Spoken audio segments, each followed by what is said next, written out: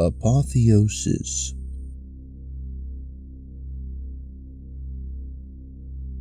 The dark house on the hill, now the centerpiece of my nightmares, at one time tempted me into its grasp with promises of solitary sanctuary. I was abroad one morning, wandering aimlessly across the misty moors, and I stayed like this for hours. However, as I wandered, I spied a tenebrous shape form from out of the mist. I was so distracted by it that I stepped on an adder. Fortunately, its bite did not pierce the leather of my boot. I decided to approach the nebulous building, walking towards it until it acquired form. As I approached the once platonic shadow, I became privy to its true form. The shadow was, in fact, the ruinous corpse of a Baroque-style house that had now become consumed by ivy. I am an introverted person, thus my discovery presented me with the prospect of a sanctuary within which I may enjoy solitary pastimes. Instead, the house was a womb that birthed me into a nightmarish new world filled with dark reveries. I entered the house, walking over the mold-eaten remains of an oak door. Making my way into the heart of this dilapidated domain's entrance hall. The sight of ivy wrapped around decaying banisters and crumbling, weather-worn walls filled me at that time with the pleasure introverts know when they wander neglected necropolises. How should I know of the terrible tale the house had hosted within itself? I wandered the decaying hallways of the house for a while before discovering the remnant of the house's library. A few books had survived their abandonment, so I decided to stay a while to read from them. It was as I was reading Agrippa's 3 books of occult philosophy that I began to drift into the sweet, death-like grip of sleep. My mind drifted away from my body into a reverie in which I found myself standing outside the house in a former condition of good maintenance. As I stood there, I began to hear faint feminine whisperings that seemed to emanate from the house. I followed them into the house, and as I did, they became less unintelligible. I managed to make out the words, "the diary," which caused my dream self to become intrigued, so I carried on following them until I found myself in the presence of something most awful, an eldritch horror that shall never leave my nightmares. I beheld an emaciated feminine figure standing before me, barefooted and with matted raven hair flowing down to her pale feet. As my eyes moved upwards, I saw that she held a tenebrous object in her pale hand. However, it was not until my eyes bore witness to the inhuman insanity of her face that I began to be filled with terror. Her face was barren of features. It looked as though she were a clay model whose face had been folded over itself, and despite her lack of a mouth, the whispering never halted. I am not too proud to confess to the fact that I awoke screaming in terror, only to be greeted by the faint glimpse of a marblesque barefoot in the corner of my eye. My exodus from that tenebrous house was swift. My sanctuary was clear in my mind. I returned to my hotel in the nearby town of Oakstone, where I resolved to return to the house the next day. At around 3 o'clock, I woke from my deep slumber in a state of paralysis. My eyes alone retained mobility, and through them I became aware of a tenebrous feminine figure standing on the inward edge of my room's threshold. The figure approached slowly, seeming to glide across the floor. As she came closer, I beheld her image. Unlike the foul, inhuman monstrosity of my nightmare, she had a face. Her presence was oppressive. As she got closer, I felt my already immobile limbs become forced down. She stared down at me with a predatory focus, and as she did so, my mind became consumed by a maelstrom of mental imagery that filled my mind's eyes. These images were of the dark house upon the hill and a black book. As she glided back out of the room, these images alongside my paralysis began to dissipate. After the terror I had been subjected to subsided, I arose from my bed, opened my suitcase, and poured myself a glass of port. As I drank the wine, I slowly fostered in myself a strong enough sense of curiosity to quell the terror. I began to entertain the idea that the diary from my dream was the black book, so I resolved to search for the book upon my return to the house on the hill. After breakfast, I set off on my walk over the moors to the house on the hill. The sky was overcast, but the moors had lost their mist. As I walked across the moors, I felt an oppressive dread looming over me like a satanic specter stalking me as I walked into the desolate sea of grass. As the house came into view, I saw an indistinct figure standing in front, looking out at the moors. As I looked at it, its head seemed to turn to look at me, and as it did, I felt the sinking feeling one suffers when they trip on a staircase. I knew it was her. I entered the corpse house tentatively, for I had no desire to again meet with the eldritch woman. I searched the house, going from room to room, but it was to no avail.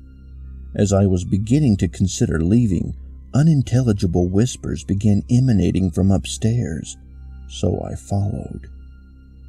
Once I had ascended the staircase, I caught a glimpse of the marble-esque foot of the woman across the hall disappearing as it glided to the left of the hall. I followed it. I found myself in a dilapidated study populated by the weather-worn remnants of books and the mold-consumed corpse of a writing desk. I investigated the desk only to discover that it was locked.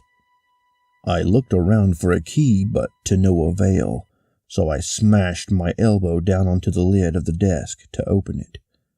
The desk was barren, save for one solitary page of a diary, hardly any of which survived the blight that afflicted the house. January 12th. Dear Diary. The volunteer who had written to me has arrived, and the basement is ready. I can finally begin my experiments. That was all of the page that had survived the mold. I needed to get into the basement, so I descended the staircase and went in search of it. I eventually discovered the oak door to the basement, which has, unfortunately for me, evaded the mold, and it was locked. There was no way I could get in without the key. I decided to return upstairs and go in search of the key. First, I would look in the study, and if that did not reward me, I would go looking for the master bedroom. My exploration of the study led not to the discovery of a key, but instead to the discovery of a plethora of peculiar playing cards. The cards bore not the images of diamonds and kings, but instead they were emblazoned with 5 symbols. At the time of my discovery of them, I was naive as to their purpose, so I ventured onwards to the master bedroom, paying no attention to them. The noon sun shone through the crumbling ceiling as I walked through the hall to the bedroom, casting out the shadows that call the house home. Upon reaching the ruinous room, I beheld a door of similar resilience as is displayed by the basements. However, it was unlike its subterranean counterpart in one principal way. The door that blocked my entry into the ruinous remains of the master bedroom differed from the basement door, as it was unlocked, thus allowing me to enter unobstructed. Upon doing so, I discovered a room characterized by the presence of decay. One was struck not only by the wretchedness of the weather-worn walls and mold-consumed furniture, but also by the acrid aroma adopted by those rooms. that play host to festering food. After adjusting to the acrid atmosphere of the room, I began my search for a key or any notes that could answer my questions about this most tenebrous of houses. As I began my search, I became aware of a presence. It was not tangible in the sense that it was known to my mind rather than my body. I was filled with the feeling that I was violated, yet I could not discern as to why. Despite this, I carried on in my search, guided by some uncanny intuition that, in a short span of time, led me to a most peculiar drawing. This drawing depicted a box connected to barrels via pipes. No key. I could not, to the best of my ability, locate a key, so, resolved as I was to make my way into the basement, I decided to go abroad in search of a shed. I found one. As I left the barren Baroque house, I discovered at its rear a dilapidated shed of sanguine coloration. The door was one bound by a padlock, which fortunately for me had suffered the red decay of rust. I opened the door.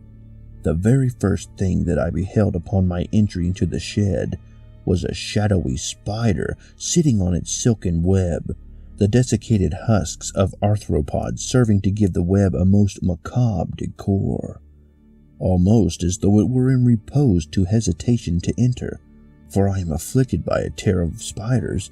The black arachnid spontaneously combusted. However, the spider dropped from its now burning web and onto the floor. I proceeded with my search. I eventually found an axe at the back of the shed. With axe in hand, I bid the shed adieu and made my way back into the house.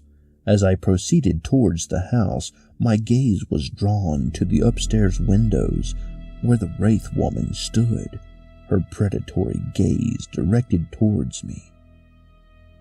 Upon reaching the basement door, I raised the aging axe above my head and struck the door.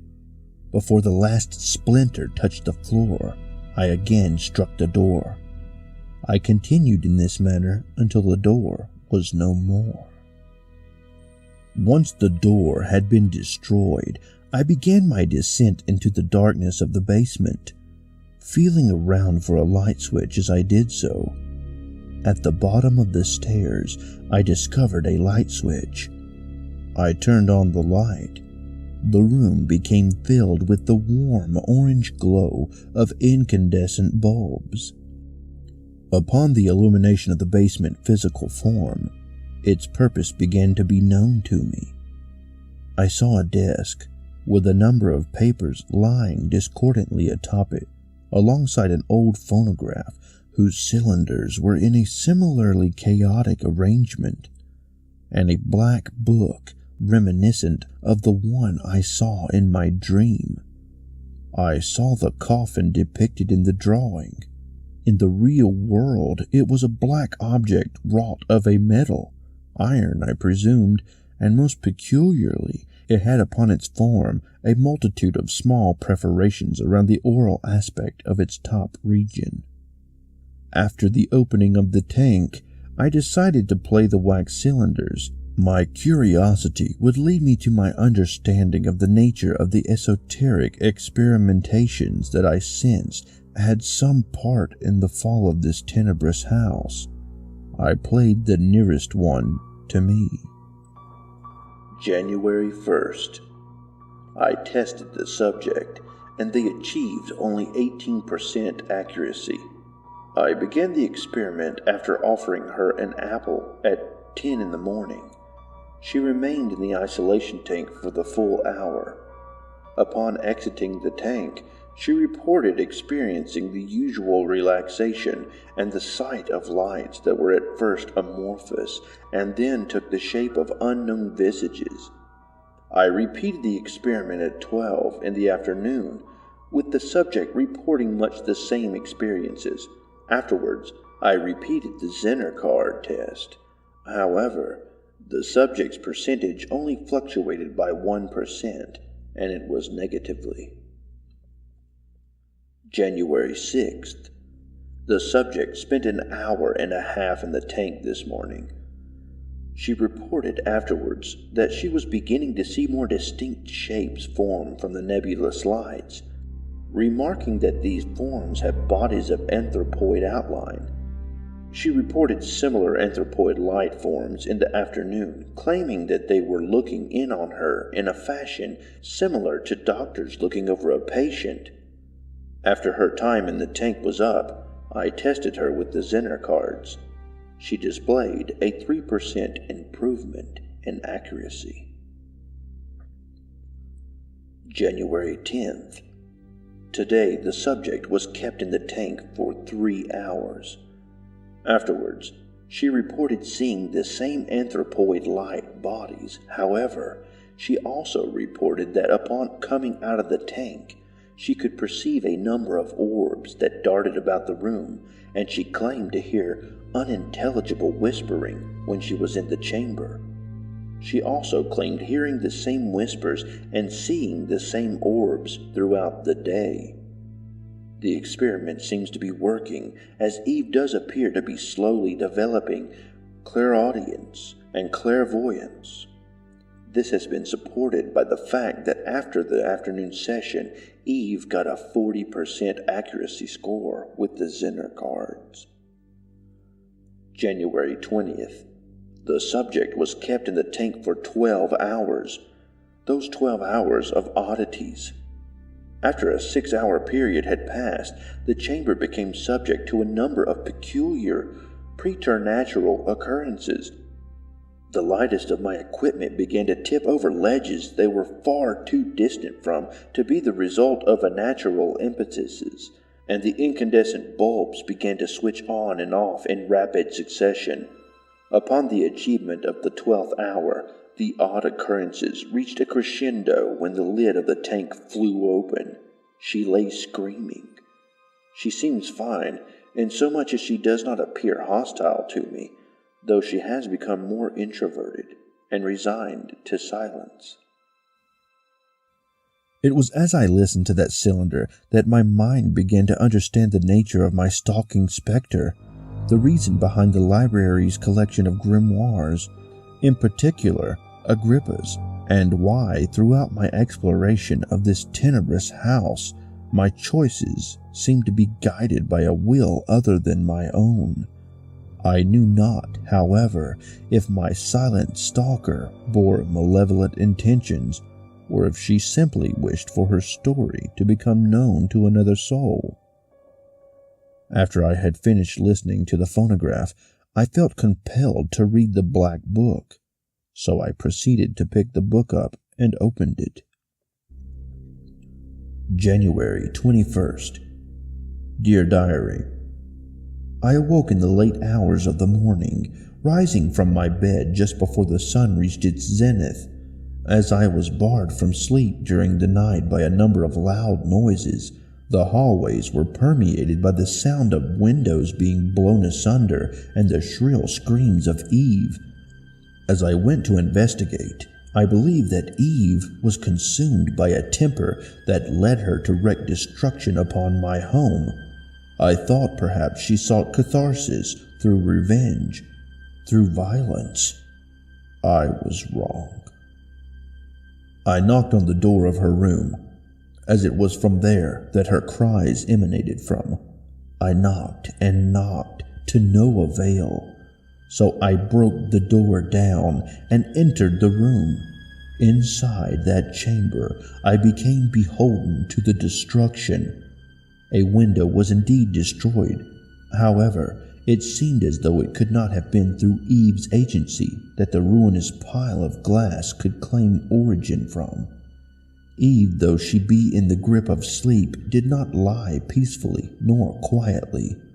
I believed her to be the victim of a night terror, perhaps caused by the window's destruction. Thus, I elected to rouse her from her sleep, also out of concern that she may have developed a chill. I placed my hand on her shoulder and began to urge her to awake. However, as I did so, she became more agitated. Some spectral gust slammed shut the door as Eve screamed in terror. I managed to rouse Eve from her stressed slumber. She remained, upon her awakening, in a state of terror which caused me to flinch from movements that were beyond my senses. Once the hour of the afternoon experiment had arrived, I went to the basement where I found Eve awaiting my arrival. Despite her apparent eagerness displayed by her punctuality, she was reluctant to enter the tank. Though despite her reluctance, she did enter. Throughout the evening, the house began to bear witness to a number of occurrences. Though mundane individually together, they were reminiscent of the accounts of poltergeist activity. January 22nd. I once again rose from my sleep in the later hours of the morning as a result of a second unquiet night. This day has been plagued by a plethora of similar noises, objects falling to the floor and others being blown asunder by some preternatural agency that lay outside of the realm of human perception. I both fear the experiment is providing me with evidence of my world view. However, I fear that my goal may not be achieved. The poltergeist activity becomes distinctly violent during the periods of time when Eve is in the chamber or asleep. I fear we may not yet be of the disposition to achieve apotheosis. January 24th.